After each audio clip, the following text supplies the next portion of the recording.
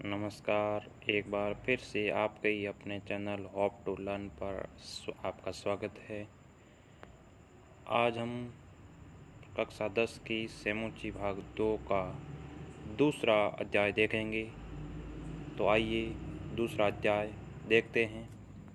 अध्याय का नाम है बुद्धि बलवती सदा, यानी बुद्धि बलवती यानी बलवान होती है सदा, यानी हमेशा, यानी हमेशा बुद्धि है जो बलवान होती है। प्रस्तुतो अयं पाठः सुखसप्तति कथाग्रन्थस्य सम्पादनं कृत्वा संगृहीतो अस्ति। प्रस्तुतो अयं यानी यह प्रस्तुत पाठ यानी पाठ सुखसप्तति यानी सुखसप्तति कथा ग्रंथ से संपादनम कृत्वा संपादित करके संग्रहितो अस्ति यानी लिया गया है। प्रस्तुत पाठ सुखसप्तति कथा ग्रंथ से संपादित करके लिया गया है। अत्र पाठांशे सवलघुपुत्राभ्यां स कानन मार्गेण पितृगृहं प्रति गच्छन्त्या बुद्धिमती इति नाम्न्या महिलाया मतिकौशलं प्रदर्शितं वर्तते। अत्र यहाँ पाठांशे पाठ के अंश में सव लघु पुत्राभ्याम, सव यानी अपने, लघु यानी छोटे, पुत्राभ्याम इन पुत्रों के, स यानी सात, कानन मार्गेण वन के मार्ग से, पितृगृह प्रति अपने पिता के घर की ओर, गच्छन्ति यानी जाती हुई, बुद्धिमती इति यानी बुद्धिमती नाम की महिला यानी महिला के, मति कौशलम यानी बुद्धि की कुशलता को, प्रदर्शितम वर्तते यानी प्रदर्शित की गई है। या यानी जो, पूरत यानी सामने, समागत आते हुए, सिंहमापी यानी शेर को, भीतिमापी यानी शेर को भी, भीति यानी डर, उत्पाद्य यानी उत्पन्न करके, तत्व यानी वहाँ से, निवार्यति निकाल देती है। यानी वह अपने सामने आते हुए शेर के अंदर भी डर पैदा करके उसको वहाँ से निकाल देती है। इयम कथा, इयम यह कथा यानी कहानी, नीति निपुणियों नीति से निपुण, सुख सारिक्यों यानी सुख सारिका दोनों के कथा माध्यम यानी कथा के माध्यम से, सदृते विकासार्थम प्रयति यानी विकास के लिए प्रेरित करती है। देखते हैं आगे पाठ।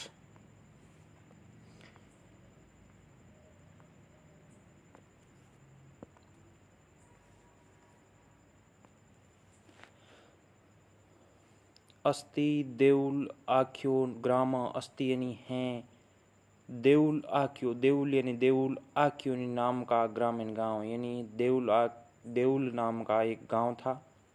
तत्र राजसिंह नाम राजपुत्र वस्ति सम, तत्र यानी वहाँ, राजसिंह नाम राजपुत्र वस्ति सम, राजसिंह नाम का राजा का पुत्र वस्ति सम रहता था। यानी देउल नाम का एक गांव था और उस गांव में राजसिंह नाम का एक राजकुमार रहता था। एकदा कैनपि आवश्यक कार्येण तस्य भार्या, एकदा एक बार, कैनपि किसी, आवश्यक कार्येण यानी आवश्यक काम से, तस्य यानी उसकी, भार्या यानी पत्नी, बुद्धिमता यानी बुद्धिमती, पुत्र द्वयोपिता अपने दो पुत्रों के साथ, पितुगृह प्रति चालिता अपने पिता के घर की ओर चली। मार्गे गहन कानने सा एकाम व्याघ्रम ददर्शम, मार्ग यानी मार्ग में, गहन कानने यानी घने जंगल में, सा यानी वह, एकम यानी एक, व्याघ्रम यानी बाघ, ददर्शम यानी देखती है। यानी वह अपने दो पुत्रों के साथ अपने पिता के घर जा रही थी तो एक घने जंगल में एक बाघ को देखती है। सा व्याघ्रम आगच्छन्तं दृष्ट्वा ध्राष्ट्र्यात् पुत्रो चपेट्या प्रहत्य जगात, सा यानी वह, व्याघ्रम यानी बाघ को, आगच्छन्तम आते हुए, दृष्ट्वा देख करके, ध्राष्ट्यात यानी डांटते हुए, पुत्रों यानी अपने दोनों पुत्रों को, चपेट्या यानी थप्पड़ और प्रहत्य यानी मारते हुए, जगात यानी बोली, यानी सामने बाघ को आता हुआ देख करके अपने दोनों पुत्रों को डांटते हुए उनके थप्पड़ लगा करके बोली, कथम एक एकसो व्याघ्र भक्षणाय कलहम क्रोध, कथम इन कैसे, एक एकसो यानी एक एक यानी पूरा पूरा खाने की, व्याघ्र भक्षणाय यानी बाघ को खाने की, कलहम इन झगड़ा, क्रोध यानी कर रहे हो, यानी क्यों है जो आपस में दोनों झगड़ रहे हो, कह रहे हो कि मैं पूरा खाऊंगा, मैं पूरा खाऊंगा। अयम एक तावद विभज्य भुज्यताम, अयम यह, एक यानी एक, तावत उसको, विभज्य यानी बांट करके, भुज्यताम खा लीजिए, यानी ये बाघ एक ही है, इसे आप दोनों बांट करके खा लीजिए। पश्चात यानी उसके बाद में, अन्य यानी दूसरा, द्वितीय दूसरा, कच्चित कोई लक्ष्य देखा जाएगा या ढूंढा जाएगा। यानी एक बार आप इसको दोनों बांट करके खा लीजिए, आगे इस कोई और देखा जाएगा। आगे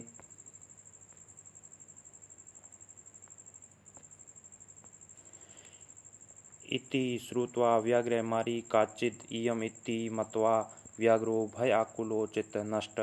इति श्रुत्वा, यानी ऐसा सुनकर के व्याघ्र मारी यानी बाघ को मारने वाली काचित् कोई इयम ये इति यानी ऐसा मत्वा यानी मान करके व्याघ्रो यानी बाघ भय डर से आकुल यानी दुखी चित्तो यानी मन से नष्ट यानी वहाँ से भाग जाता है। यानी ऐसा सुन करके बाघ मारने वाली कोई है ये है, ऐसा मान करके बाघ है जो डर के कारण वहाँ से भाग जाता है। आगे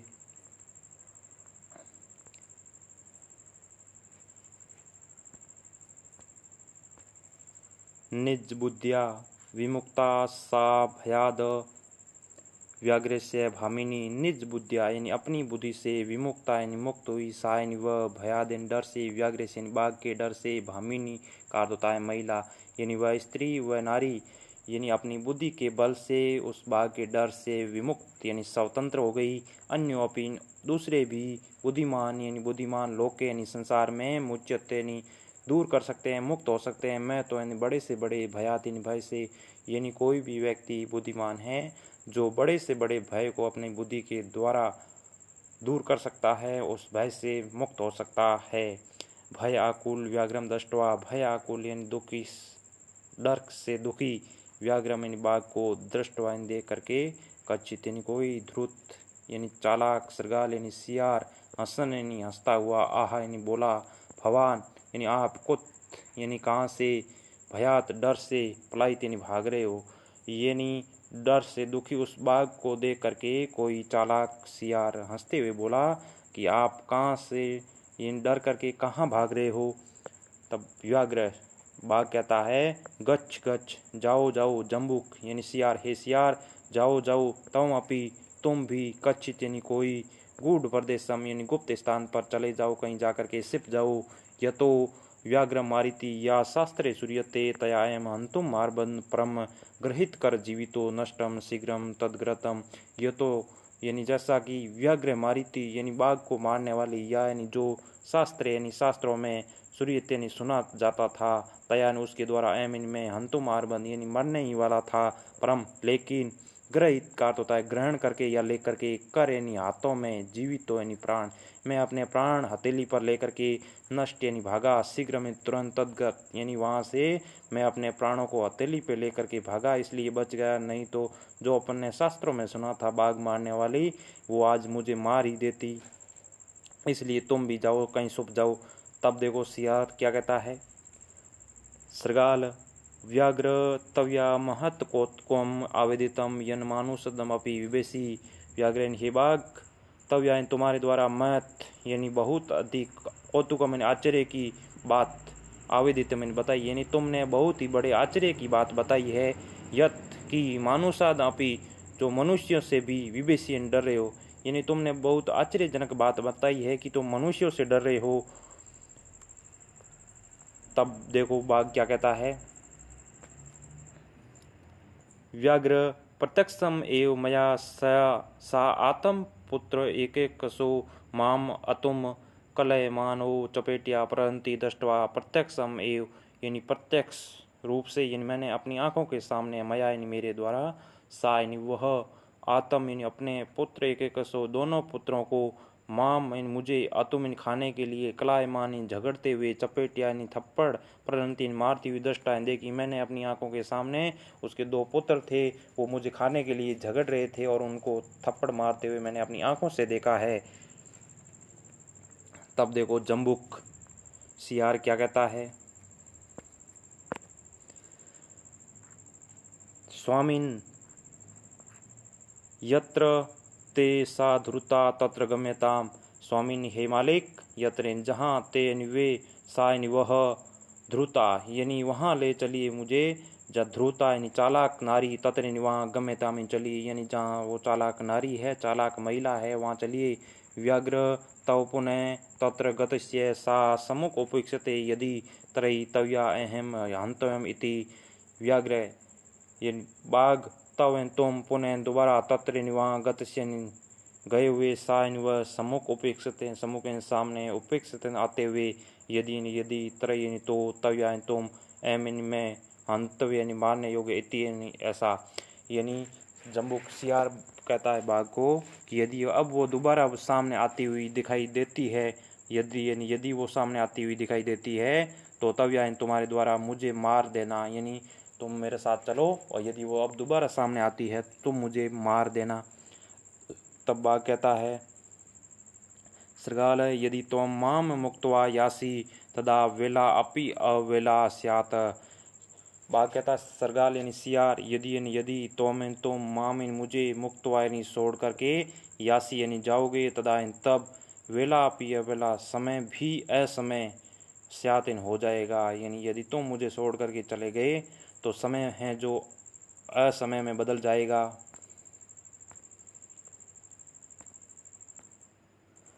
अब देखो जम्बूक सियार क्या कहता है, यदि एवं त्रयी माम निज गले बद्वा चल शत्रुम। यदि एवं ऐसा है, यदि ऐसा है त्रयी तो मामिन मुझे निज गले अपने गले में बद्वा बांध करके चलो शत्रुम तुरंत। यदि ऐसा है तो मैं विश्वास नहीं हो रहा है तो तुम मुझे अपने गले से बांध करके चलो।